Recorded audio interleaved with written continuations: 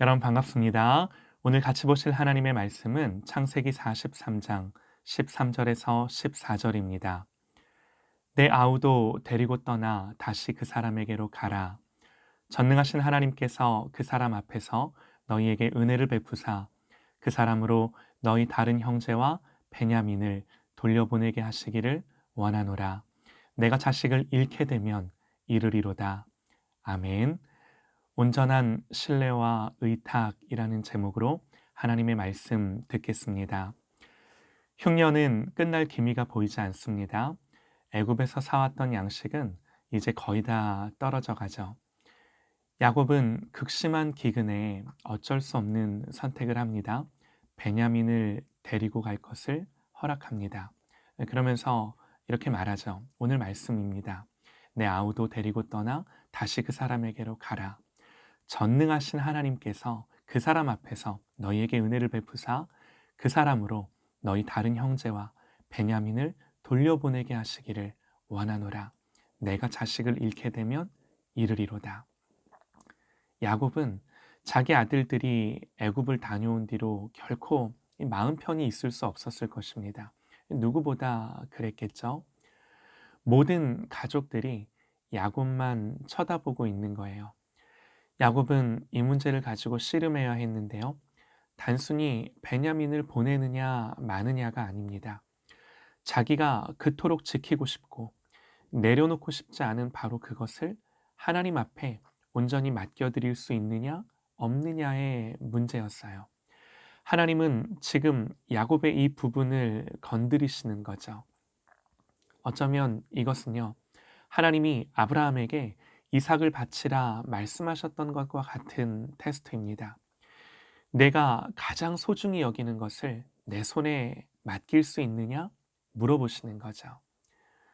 우리도 하나님 앞에서 가장 어려운 부분이 이 부분이 아닌가 하는데요. 하나님이 내게 원하시는 것을 알고 있는데도 그것을 향하여 내가 움직이지 못하고 있을 때가 참 많이 있습니다. 하나님은 그런 야곱을 아셨습니다. 그래서 야곱을 막다른 길로 몰아가시는 거예요. 사랑하는 여러분, 하나님은 우리에게도 이런 과정을 주실 때가 있습니다. 야곱은 베냐민을 붙들고 놓지 못하면서 그의 신앙의 양심은 불편했을 것입니다.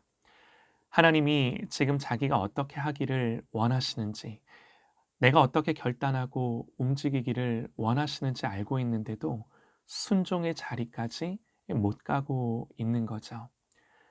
이런 불편함은요, 하나님이 내게 바라시는 것이 무엇인지 분명히 알고 있음에도 나의 성향과 나의 본성에 그저 나를 맡기고 살아갈 때 일어나는 일입니다. 그래도 여러분, 이런 양심의 불편함, 이런 믿음의 불편함을 자각할 때는 그나마 괜찮습니다. 그런데 이게 길어지고 오래되면요, 그 불편함이 적응이 돼요. 그 불편함에 적응하는 때가 와요. 그래서 더 이상 불편함이 되지 않는 순간이 오는데요. 그렇게 되면 그것은 사망의 길로 들어선 것입니다. 여러분, 우리가 하나님의 자녀라는 증거가 무엇인지 아십니까? 그 불편함 속에 결국에는 돌이킨다는 것입니다. 여러분, 하나님의 자녀들도요, 항상 믿음으로 사느냐? 아니요. 믿음으로 살지 못하기 때문에 그 불편함 속에 살아갈 때가 많아요. 그러나 하나님 자녀의 특징은 뭔가? 하나님 자녀는 반드시 그 불편함이 있을 때 순종하고 엎드림으로 말미암아 하나님께 돌이킨다는 거예요. 저와 여러분이 참으로 거듭난 하나님의 자녀들이라면 결국은 우리 자신을 복종시키고 하나님의 뜻에 순종하게 된다는 것입니다.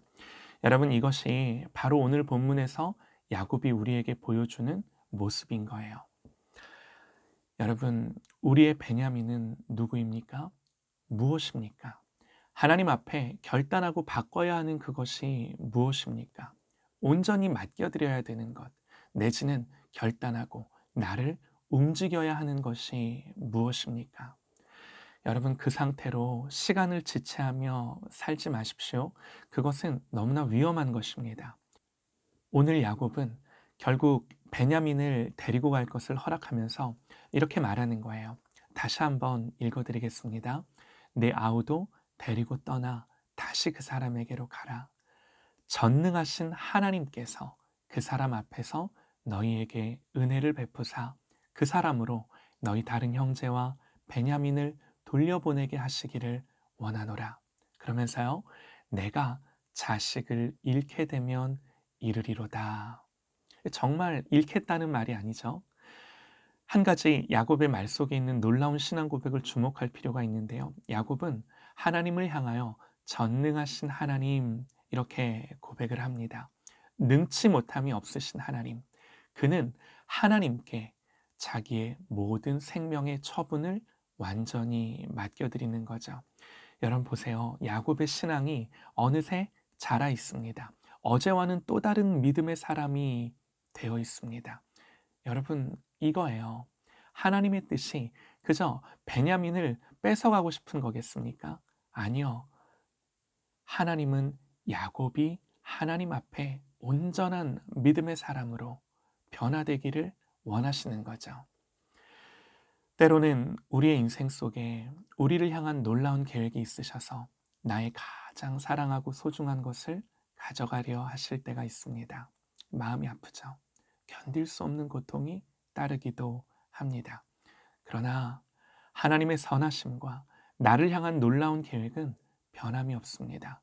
우리가 거기에 순종하고 그 뜻을 구하며 엎드릴 때 하나님의 뜻이 우리에게 온전히 이루는 줄 믿습니다. 내가 자식을 잃게 되면 이르리로다. 오늘 야곱은 그 믿음의 자리에 서 있는 거죠. 그런데 여기서 우리가 분명히 알아야 하는 것은요. 우리가 무엇을 내려놓든 내지는 무엇을 결단하든 우리가 하나님을 위해서 희생하는 것이 아닙니다. 희생은 하나님이 우리를 위해 하셨습니다. 하나님이 그 독생자 예수 그리스도를 우리를 위해 이 땅에 보내셨고 십자가에 죽게 하셨습니다. 이것이 희생입니다. 우리는 하나님께 아무런 희생도 드린 것이 없어요. 오직 하나님의 것을 다시 하나님께 드린 것뿐입니다. 어쩌다 보니 요셉이 아닌 야곱의 이야기가 되었는데요. 야곱의 이런 믿음의 결단은 깨어진 가정을 회복하는 데 중요한 계기가 됩니다. 하나님은 온 가정을 회복시키는 데 있어서 반드시 이 개개인의 삶을 다루시면서 그 가정을 회복시키세요. 이제 야곱은 노년입니다. 하나님은 이제 그에게서 그의 가장 연약한 한 부분, 아직도 깨뜨려지지 못한 바로 그 마지막 부분을 다루고 계십니다. 야곱도요, 이런 하나님의 뜻을 알고 베냐민을 전능하신 하나님의 손에 맡깁니다. 사랑하는 여러분, 무엇이든 우리의 손에 있는 것보다 전능하고 선하신 하나님의 손에 맡기는 것이 더 안전하고 복된 거예요. 그런데 참 안타까운 게 우리 스스로가 그걸 잘 못해요. 그래서 오늘 야곱처럼 이렇게 야곱의 가정처럼 우리를 코너로 몰아가실 때가 있습니다. 여러분 이때 우리가 깨닫는 거죠. 아, 하나님이 나에게 이런 것을 원하시는구나 깨닫고 그 하나님의 원함 앞에 나를 내어드리는 것입니다. 하나님과 평행선을 그으며 줄다리 하는 것이 아니라 하나님이 말씀하시는 것을 듣고 불편한 양심으로 시간을 끌지 말고 오직 하나님 주시는 복과 은혜를 주님 앞에 온전히 엎드림으로 누리고 경험하는 저와 여러분 되시기를 간절히 소망합니다. 하나님이 저와 여러분을 하나님의 손에서 만들어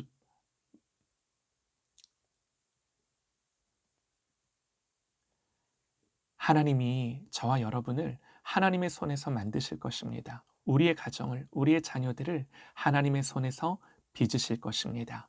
하나님이 그 은혜 주시기를 간절히 기도합니다.